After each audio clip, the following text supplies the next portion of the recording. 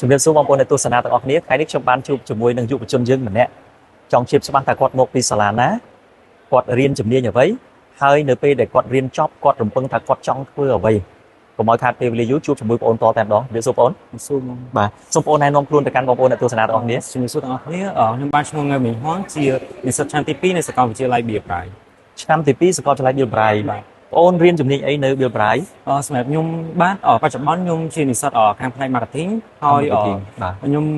មូលហេតុដែលខ្ញុំជ្រើសរើសនៅរៀននៅសាលា Bill Bright ដោយសារតែខ្ញុំគិតថាសាកលវិទ្យាល័យ Bill Bright ពួកគាត់បានផ្ដល់នូវឱកាសថ្មីៗជាច្រើននិងបទពិសោធន៍ជាច្រើនជាពិសេសលោកគ្រូអ្នកគ្រូពួកគាត់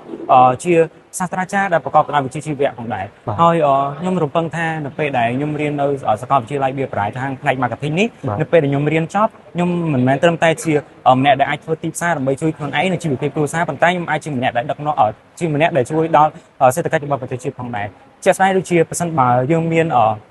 technique ក្នុងការធ្វើ marketing យើងអាចធ្វើ marketing ជាមួយប្រទេសដទៃទៀតដែលវាចូលរួមជាចំណែកមួយយ៉ាងធំជួយក្នុងសេដ្ឋកិច្ចរបស់ជាតិផងដែរអរគុណបងប្អូនក្បោះក្បាយមែនតើមានន័យថាបងប្អូនរៀនជំនាញ marketing គោលបំណងគាត់មិនត្រឹមតែ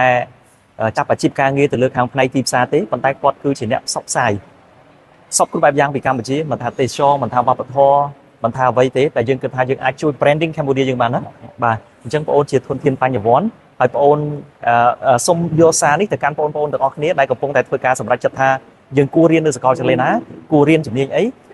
ហើយរៀនចប់ទៅយើងរំពឹងលទ្ធផលគិតទុកដូចគ្នាដែរឬទេអញ្ចឹងខ្ញុំជួបដោយចៃដន្យសម្រាប់កម្មវិធីដែលបងប្អូនបានចូលរួមថ្ងៃនេះខ្ញុំធ្វើការសម្ភាសហើយជាចុងក្រោយនេះថាតើបងប្អូនមានអ្វីដែលជាការផ្ដាំផ្ញើទៅកាន់បងប្អូនដើម្បីឲ្យគាត់ងាយស្រួលនៅក្នុងការធ្វើការសម្រេចចិត្តថាគួររៀនអីរៀននៅសាលាណា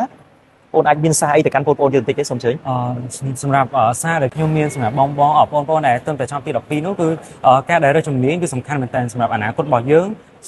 ចឹងហើយយើងគួរតែគិតឲ្យបានច្បាស់មុនពេលដែលរើសជំនាញហើយបើសិនបើយើងចង់រើសជំនាញដែលត្រឹមត្រូវយើងត្រូវតែគិតឲ្យបានច្បាស់ហើយរើសសាកលវិទ្យាល័យដែលបានត្រឹមត្រូវជាក់ស្ដែងដូចជាសាកលវិទ្យាល័យ Bill Bright ដែលខាងលោកគ្រូអ្នកគ្រូប្រកបដោយវិជ្ជាជីវៈហើយមានឱកាសថ្មីៗជាច្រើនដែលអាចឲ្យយើង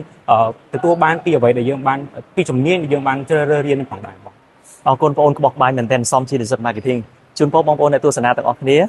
សូមមានសុខភាពល្អជោគជ័យគ្រប់ភារកិច្ចជួបគ្នានៅវីដេអូបន្តទៀតសូមអរគុណសូមជម្រាបលាអរគុណ